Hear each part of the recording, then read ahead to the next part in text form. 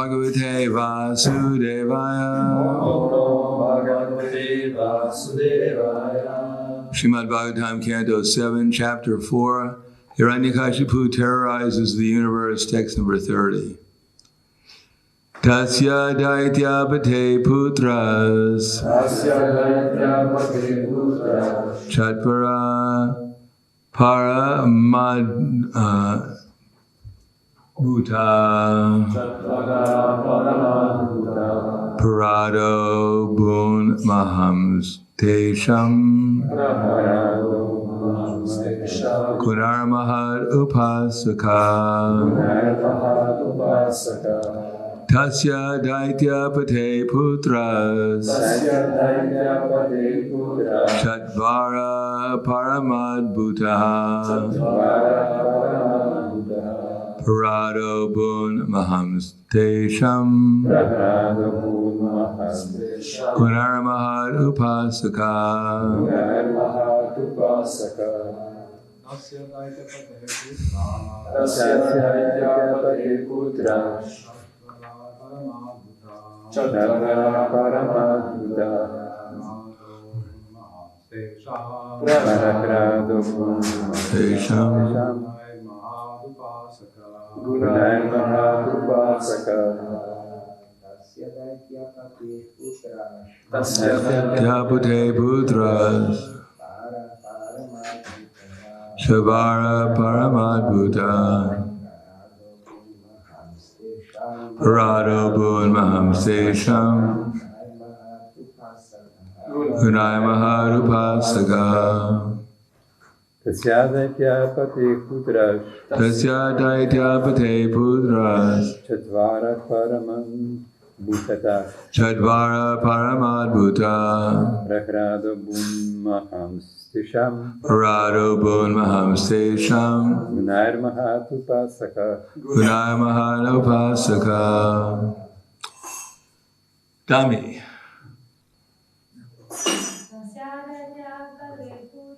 Tasya Daityapate Putras Chatvara Paramadhuta Parado Bun Maham Sesham Gunai Mahadupasaka Tasya Hiranyakashipu, of him, a Hiranyakashipu. Daityapate, the king of the Daityas. Putra, sons.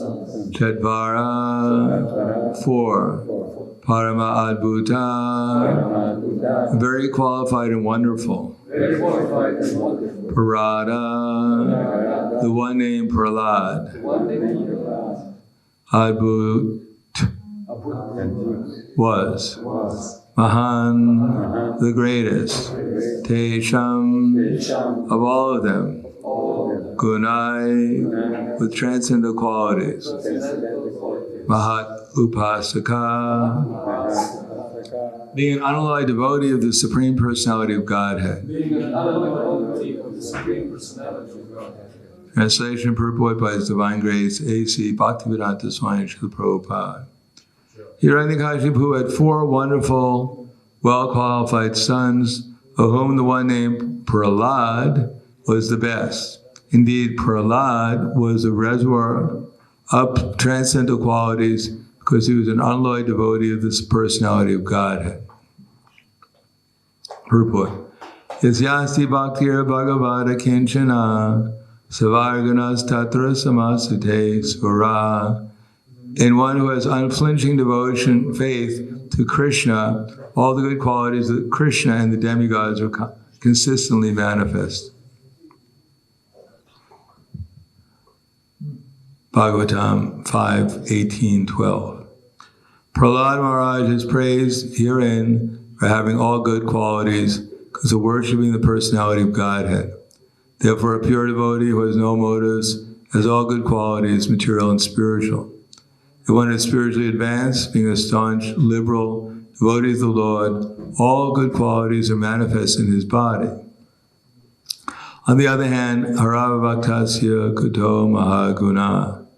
If one is not a devotee, even if one has some materially good qualities, they have no value. That is the verdict of the Vedas. Tasya daitya pate putras chatvara paramadbhutaha parado bun amahamstesham kunar mahad upasaka. Hiranyakashipu had 4 wonderful, well-qualified sons, of whom the one named Prahlad was the best. Indeed, Prahlad was a reservoir of all transcendental qualities because he was an unalloyed devotee of the personality of Godhead. Namo Vishnu Padaya Krishna Prasthaya Bhute Srimate Bhaktivedanta Swami Namane Namaste Saraswati Deve Gauravani Pacharane Nirvishesha Srinivadi Paskatyade Satarne. In the Bhagavad Gita, Krishna says, Anadidvam nirgunatvat paramatmayam avyayam sharirastopi kanteya karotina vidyate. That those who can see with the eyes of eternity can see that the soul is transcendental, eternal, and beyond the modes of material nature. Despite contact with the material body or Arjuna, the soul is neither doing anything nor is he entangled. That is, all of us, we're not doing anything, nor are we entangled. That everyone is Nitya Siddha Krishna Prema Sadhu Kavanoi Shravanadi Shuddhikachite Korya Udai. Everyone is actually Nitya Siddha. Any questions? Although we may be Nitya Siddhas by nature, Nitya Siddha Krishna Prema Sadhu Kavanoi, somehow or another, we're influenced by ignorance. And therefore we think ourselves to be temporary manifestations of the material energy. So what's the difference? The differences are where the desires are directed. If one is directing one's desires in the material world and one comes under the influence of the material energy. As it says that Maya is right next to us. It's that Krishna Bahir Mukha Bhagavan Shatare Nikatasta Tare Japatiya Dare. That as soon as we turn our face away from Krishna, Krishna Bahir Mukha, Bhoga Vancha Tare, and want to enjoy the material energy, Nikatasta, Maya is a very close relative of ours. She's originally Shrimati Radharani, so she's also one of our, in conditioned life, she's Durga. She's the head of the fortress. She maintains us, our mother. Maya is also Mother Durga. And she's right next to us and say, all right, you want to be in Maya? No worries, we can arrange that. And immediately she slaps us into the material energy. On the other hand, if one is Mahatmanas Tumam Parata Daivim Prakritim Ashitya Bhajanyanya Manaso Gyatva Bhutadim Avyam. If one is under the spell of the material spiritual energy, then one becomes a great soul. Now, everyone is actually a great soul, but it's not manifested under the influence of the illusory energy. And to become a great soul, what does one have to do? Distribute 2,000 books every week. Eat 5 plates of prasadam every day. No. Sadatam kirtayantomam itantas chadrida vrataha namasyantas mam bhakta nityukta upasate. Simply one has to chant Hare Krishna. Sadatam kirtayantomam. But Sadatam, always chant Hare Krishna. And it has to be Hare Krishna. It can't be shnik, shnik, ram, ram, day, day, day, day, hey, kitty, kitty, hey, kitty, kitty. It actually has to be Hare Krishna. And how do we know if we're chanting Hare Krishna? Well, if we don't know if we're chanting Hare Krishna, we're probably not chanting Hare Krishna. Because if we were chanting Hare Krishna, we definitely know we were chanting Hare Krishna.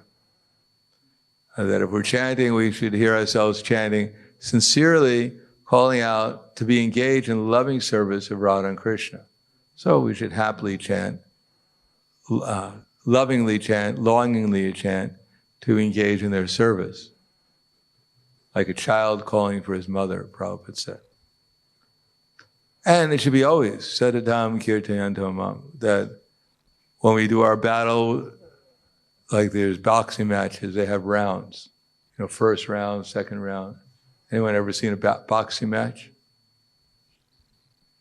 So the first round, we go out to fight with Maya, first round of japa. And immediately Maya goes, whack, and we go, we get knocked out in the first round. But we have to fight with Maya all day long. Not exactly fight with Maya, we have to surrender to Krishna. We're already fighting with Maya all day long. And therefore one has to learn how to control the mind by fixing it on Krishna, always. Controlling the mind doesn't mean, oh, my mind is going away. Oh, bring it back. Oh. It's back. It's back. No. No, controlling the mind means that to put it on Krishna. That's Krishna will control our mind. If one has conquered the mind, the super souls are reached. If one is thinking of Krishna, then Krishna will conquer the mind for us. And namasyantasramam sadatam kirtiyanto mam yatantas cha drita vrataha. And do one's activities in Krishna consciousness with determination, not becoming distracted. Nischayana yuktavyo yoga nirvana chetasaha sankalpa pravang tyakpa sarvam tyakpa sheshataha manaksavendriya gramam vinayanya samantata. One should engage oneself in the practice of yoga with undeviating determination and faith. One should control the senses on all sides by the mind, and thus, think of the self alone? No, that's not right. And thus, control the senses on all sides by the mind. So that requires a certain amount of determination. We know what to do. We have the intelligence. We don't have to go over it again and again. Chant Hare Krishna. Oh, wow, really? I never heard that before. Really? What am I supposed to chant Hare Krishna? Oh, okay, I'll try it today, see if it works. So we have the intelligence, we know what to do. We know why we're supposed to do it, especially if you've been in class for 300,000 times. You heard why we're supposed to chant Hare Krishna. And the next thing, we may have a little skill in how to chant because we may have somehow or another chanted Hare Krishna properly sometimes. But that determination, that conviction that I should always do it, that when my mind wanders, which, well, our minds sometimes wander to Krishna, but we're talking about when we become a little bit more advanced and our mind wanders away from Krishna, then we have to have the conviction to bring it back, the determination. Mind goes, no, you're having a good time. It's not even over. We haven't even got to the best part. And we want to draw, you're going to miss the end scene? You're going to miss the climax of the whole thing? Well, wait a second, just wait a little while, you're almost there. To draw the mind, no, forget it, Maya. Zip, back to Krishna. That takes determination and conviction that actually, I've been through this before, it's always been the same scene. I'm always winding up disappointed and frustrated. So what makes you think this time it's going to be anything different? Punak punas charvita charvanana.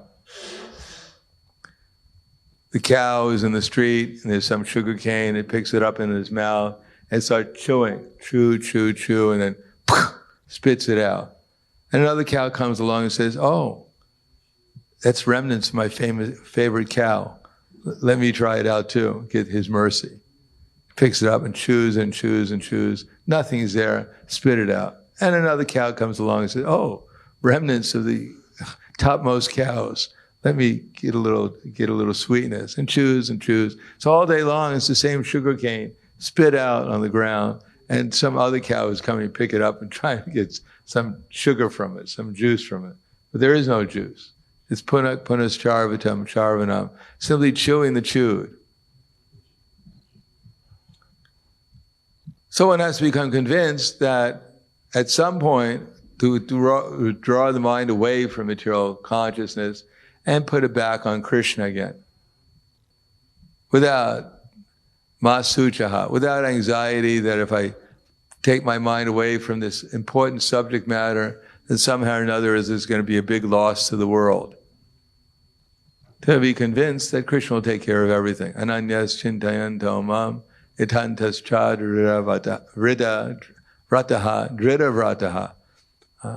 That if one is serving Krishna with drita vrataha, ananyas chintayanto mam, thinking of Krishna, ananyas chintayanto mam ye jana paripasate tesham nityabhuyuktanam yoga shemam vahamyaham. Then Krishna will actually carry what we lack and preserve what we have. There won't be any loss. So Prahlad Maharaj was a great devotee because he was thinking of Krishna, and therefore he was under the internal energy of Krishna, and his activities were that of an perfect instrument for Krishna. Ninamitta matram bhavasavasachan. We don't have to do something else. We don't have to figure out artificially how to act like a pure devotee. We hear a pure devotee cry, so we go to drama school and we learn how to cry. And the kirtan, oh, Krishna. And then, wow, you made a lot of advancement. Yeah. The drama school is only $50 an hour. You should go there too. You can cry for Krishna too. And I also learned how to shiver. I got the whole thing down. But that will not help us. Anything more that if a lady is not pregnant, but she learns how to make the sounds of giving birth, so she make the sounds all the time, but nothing is going to happen. So it's not a question of just artificially imitating, but if we actually become Krishna conscious, then naturally all the good qualities will manifest themselves, because that's what Krishna will do. They manifest from the soul, they manifest from the super soul. They manifest because Krishna, under the internal energy, one's activities become spiritualized. And at the same time, when the soul is actually in contact with Krishna, the soul is also awake. And therefore his activities manifest not only when the signs of ecstasy are actually the signs of the soul in contact with Krishna. And when the soul is in contact with Krishna, then the mind becomes the airs of life. Well, actually, the mind becomes filled with ecstasy, and that ecstasy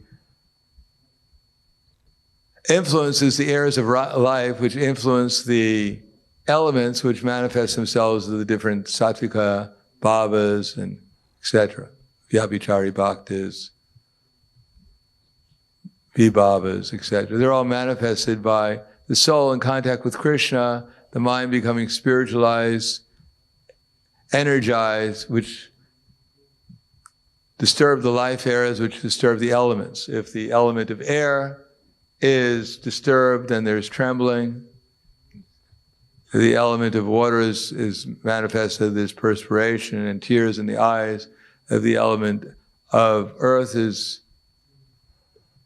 agitated, then one becomes stunned. So in this way, the sattvika bhavas are manifested by the relation between the soul and the super soul, and their consequent influence on the material, on the spiritual, on what we consider the material energy, on the body, on the life airs, on the mind, etc. They all become manifested externally in the form of shivering and tears in the eyes, etc. As well as if one becomes Krishna conscious, dovetail with Krishna, then one will have all the good qualities of Krishna. Just like if you put the iron in the fire, it gets hotter and hotter and hotter, and eventually becomes just like fire. So the more we're under the influence of the internal energy, the more we're in the fire, then the more our activities are just like fire, just like spiritualized. Itaidam so samrido ganera bhasmat satkuru terajana ganagni sarvakarmani bhasmat satkuru te tata. Just like the blazing fire turns firewood to ashes, so does the fire of transcendental knowledge burn to ashes all the reactions of our previous activities. So Prahlad is one of our Mahajans. Swayambhura, Narada, Shambhu, Prahlada, Kapulo, Manu. Actually, there was one before that. Kumara, Swayambhur, Nara, Shambhu, Prahlado, Kapilo, Manu, Prahlado, Janako, Bhishmo, Vayir, Vyasakir, Vayam. So Prahlad is one of our Mahajans because, first of all, in the womb of his mother, he was able to make spiritual progress. As a matter of fact, for 9 months, the only thing he had to do was hear Narada Muni's instructions. He wasn't distracted by anything. There was nothing to be distracted from. He was in a perfect position. If you want to have a perfect lockdown, if you hear about Krishna, you can't get a better lockdown than being in the womb of your mother and hearing about Krishna. So he heard for 9 months at least about Krishna, and when by the time that he came out, then all he could do was think about Krishna. So he was although he was a partial sadhana, nitya siddha, he was also partial sadhana siddha. He took birth as a nitya siddha, but he was doing sadhana in the womb of his mother. Now we have to leave our body, we don't become perfect. Let's pray to Krishna that we, in the womb of our mother, we don't waste the 9 months, but that we do sadhana there. We get a guru like Narada Muni to speak to us, to preach to us, instruct us in the womb of the mother. When we take birth, we're nitya siddhas. May not happen, but anyhow, somehow or another we have to catch up on the Krishna consciousness now and in the future. So like Prahlad Maharaj, we can constantly think about Krishna, not get distracted. But that's only possible when one gradually gets a higher taste. Right now we have a taste for so many material things because of our past experience. And what is the reason why people get entangled, or the soul gets entangled? Because he's curious. He's thinking, well, there's strawberry, there's vanilla, there's chocolate. Of course, we don't eat chocolate, but with carob. So what does it taste like? There's so many varieties. As Vishwamrita Muni was thinking, yes, I've been meditating here for 60,000 years. Those ankle bells, it's probably an apsara. Maybe she was one of my friends on Facebook. Maybe I'll just take a peek and see. He opened his eyes out of curiosity, and the rest is history. So everyone is simply curious. Vishwamrita Muni. You know Vishwamrita Muni? You know who Vishwamrita Muni was? No. He was a great sage. He was a Kshatriya, and he wanted to become a Brahmin. So he knew that by austerity you can get anything in the material world. Money will only get you so many things here, but austerity can get you anything you want. So he sat down in meditation for 60,000 years. But Indra was thinking that why is this sage meditating?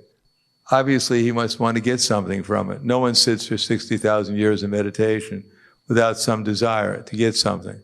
So Indra is always fearful that someone is doing austerity because they want his post. So he decided he has super weapons, weapons of mass destruction.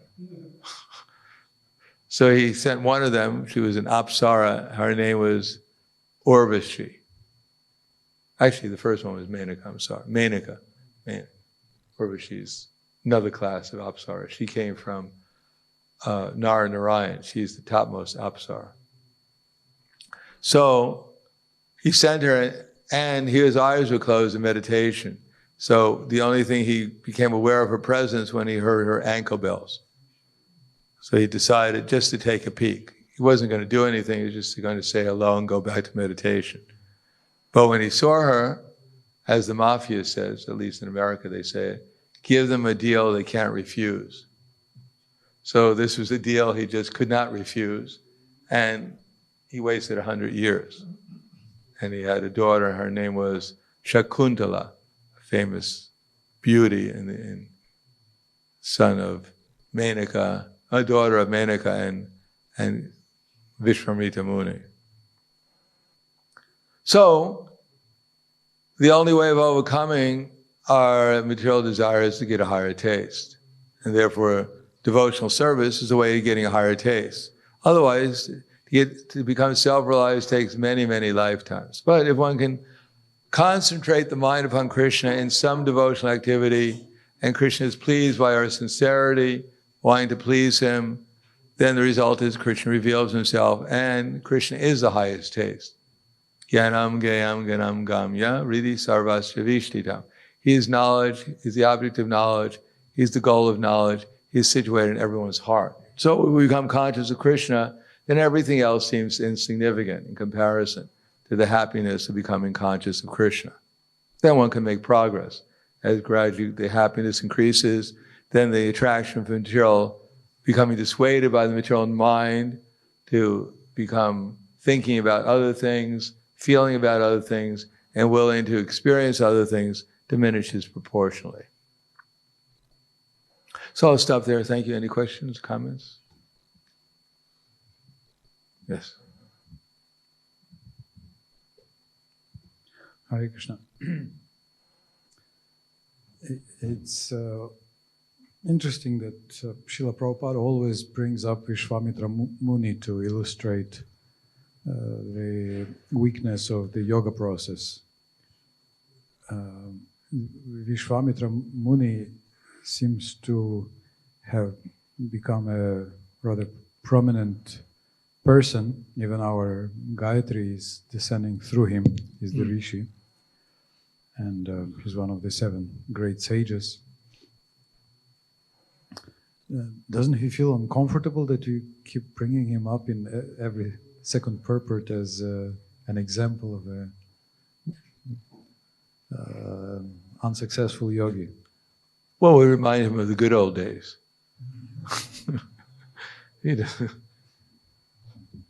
I mean, ultimately he was successful, so therefore all things that end well, all things, what is that saying? All things are well that end. So ultimately he was successful, he became a Brahmin. So it's not a bad ending. I don't know. You have to, if you find Vishwamitra Muni, you can ask him. If your name was constantly mentioned in a Bhagavatam class, would you feel bad about it?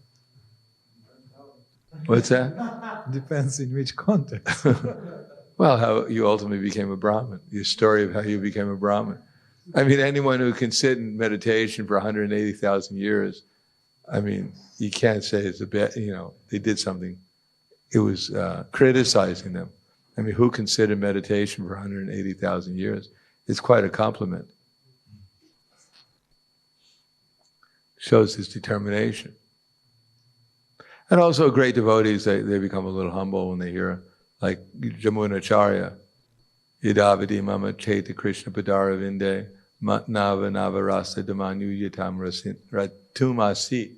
So they become humble actually when they hear about these things. Even Srimati Radharani is humble. So humility is not a discouragement actually. One doesn't become, oh, this made you humble. Oh, I don't want to be humble. No, actually it's people, they realize that my advancement in spiritual life or even material life is due to the fact that I became humble. So it's an asset rather than a disqualification. Similarly, when a devotee falls down, they're really not the object of derision because it's part of the process to become humble. The more they become defamed, the more they become humble, the more they make spiritual advancement. If they take it in the right way. Anything else?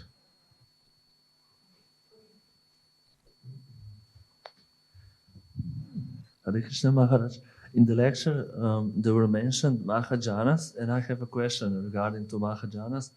If I remember, also Narada Muni is Mahajana, and Narada Muni is also Srivas Pandit. So why not Srivas Pandit is also not Mahajana? I don't understand. It's the same soul in the, or how? I cannot understand properly about Mahajanas, like great souls. Well, that's Narada Muni there, so he's a Mahajan. we address him as Srivas Pandit. Well, you can tell Srivas Pandit Mahajan. You can also say that. But it's not specially mentioned in any purport or. Well, Srimad Bhagavatam we're getting is coming from a conversation, especially 5,000 years ago, between Sutta Goswami or the sages of Namarasharanya. This is where it's coming to us. So Srivas Thakur and the Panchatattva only appeared 500 years ago, not 5,000 years ago. Thank you for clearing this. Anything else? Radhika. Hare Krishna. Thank you, Maharaj. I want to ask you, why Prahlad, such a holy person, was in some way son of so big demon?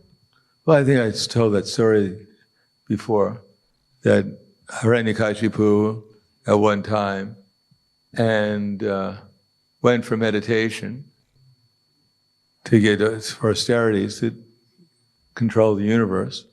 And while him and his brother Hiranyaksha were doing the meditation, actually it must have been, because it's hard to tell time it there. Anyhow, they were doing their meditation, and the demigods became very fearful that Hiranyakashipu is going to do this meditation with his brother, and it's going to disturb the universe. So Narada Muni was there with Parvata, and they said, "Don't worry, we'll take care of it." So Narada Muni and Parvata came as sparrows near where Hiranyakashipu was doing his meditation. And as soon as he was, I don't know if his brother was there also, but at least he was doing the meditation. And then the sparrows started to, on the top of their voices, start to shout out, Om Namo Bhagavate Vasudevaya. I guess maybe, and Hiranyakashipu became very angry and took up a rock and threw it at the birds, and they flew away.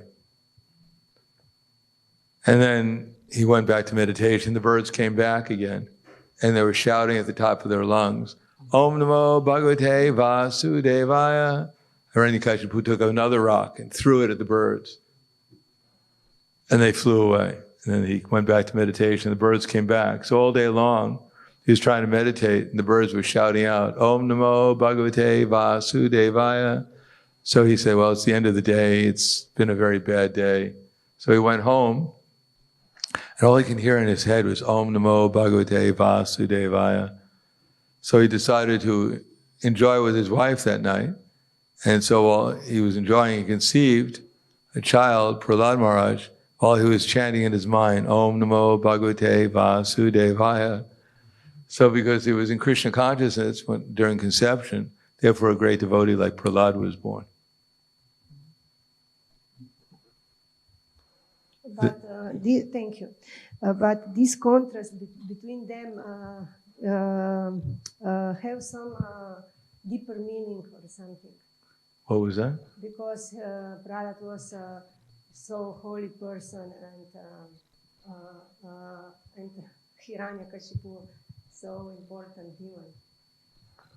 Yeah, well, if you're going to be a big man, you might as well have a big father. Yeah. Okay. I mean, Hiranyakashipu was also, he was Jai Vijay, he was from the spiritual world. I mean, he was special. At least sometimes there were actually demons, but in this particular millennium when Hiranyakashipu appeared, they were especially empowered. Otherwise, how can you sit in meditation, have the ants eat your skin, your flesh, and everything, unless you're super empowered by Krishna? So the idea is when you fall down from the spiritual world, you don't fall down to become an ant. You fall down to something special, like a Brahma or a demigod. In this case, he fell down as a super empowered demon like Hiranyakashipu. So it was Krishna's arrangement for the pastime. Gave Krishna an opportunity to fight against, a suitable combatant. Or as Prabhupada said, that why did he fight? Because Krishna wanted some exercise, so he decided to fight against some demons. So he comes down, Prabhupada said, just to keep the body fit. And at the same time, the pastime is there to kill him. He had a son like Prahlad so that he could harass Prahlad, and Krishna would have some reason to come and kill him and liberate him for the next birth. Thank you. Anything else?